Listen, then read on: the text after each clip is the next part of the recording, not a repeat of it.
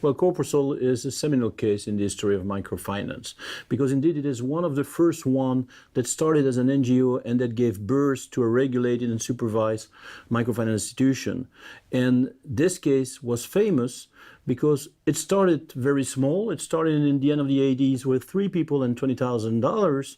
And by 1995, the institution had hundreds of employees, had a total portfolio of over $30 million, total asset of $35 million, and 1 year later, it was experiencing a major crisis. So that has been a key case in the history of microfinance transformation in order to learn what institutions should pay attention to.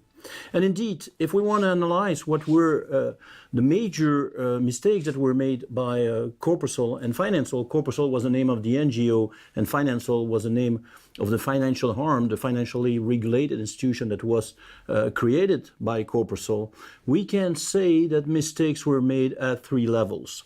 The first level has to do with methodological issue. The second level, financial issue, and then there are a few issues about governance that we should also touch to.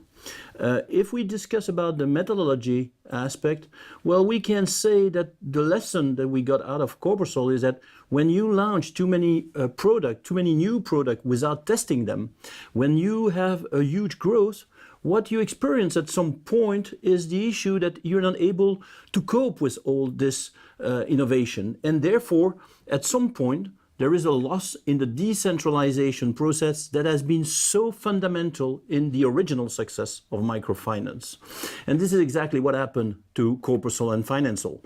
When they experienced this huge growth, they lacked their priority on the right management of their portfolio, and they kind of lost touch with the excellent methodology that they had started with. If we move now on the financial side, of course, methodological mistakes are also leading to some financial problems. And of course, first and foremost, the lack of provisioning for bad loans. And the lack of provisioning for bad loans is extremely fundamental because nothing kills more a microfinance institution than the deterioration of a loan portfolio. Now, of course, this was not the only mistake that was done. I mean, inadequate pricing was also a key issue. Why was inadequate pricing an issue? Because when you were looking only at the real cost, the effective cost of the financial products as such, they were fine. I mean, altogether, they were fine.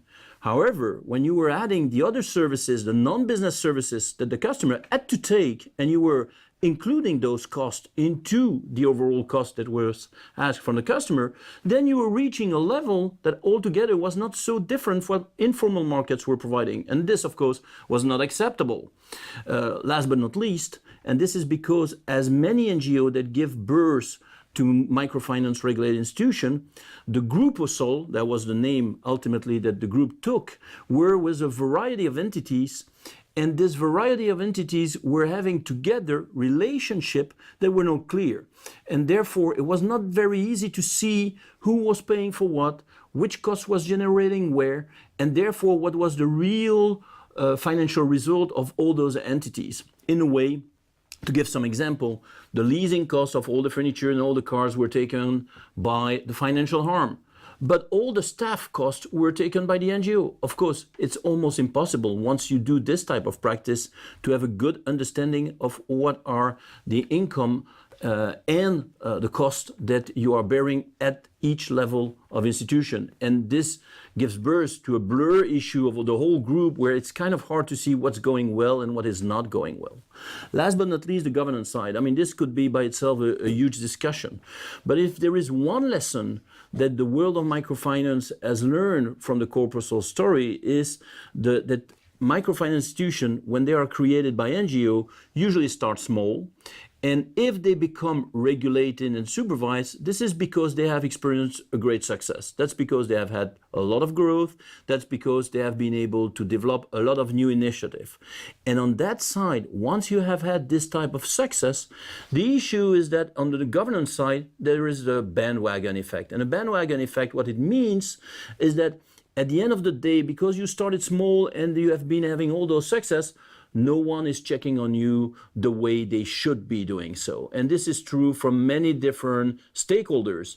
Many stakeholders were guilty in the Corposol financial story of not paying enough attention to the way this organization was evolving over time.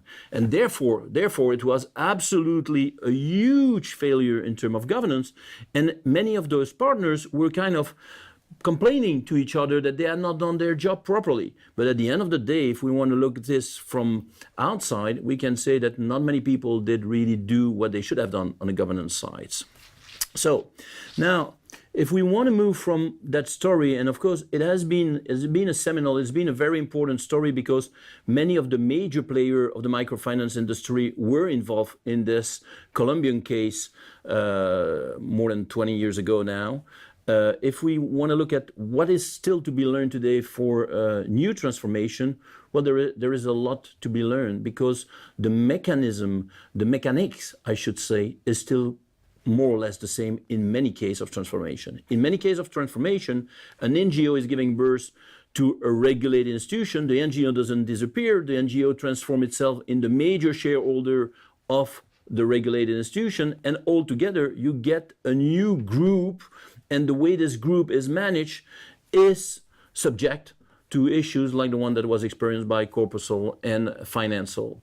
So I would just give in a nutshell, a few ideas, a few basic ideas that can, in a way, summarize what we can learn from Corposol Finansol saga, not to say story.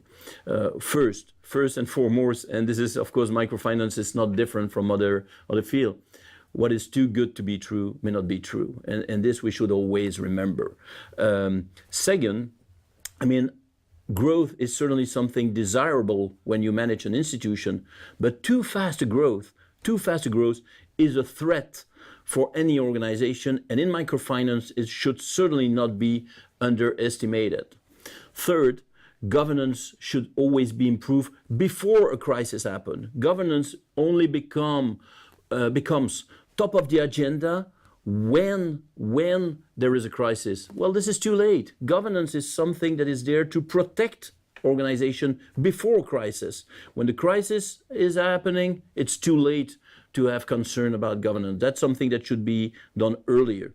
And last but not least, transformation process is something that is very attractive for organization because they have the impression that it is the road to professionalism, the road to growth, the road to success, but it is much harder than it looks.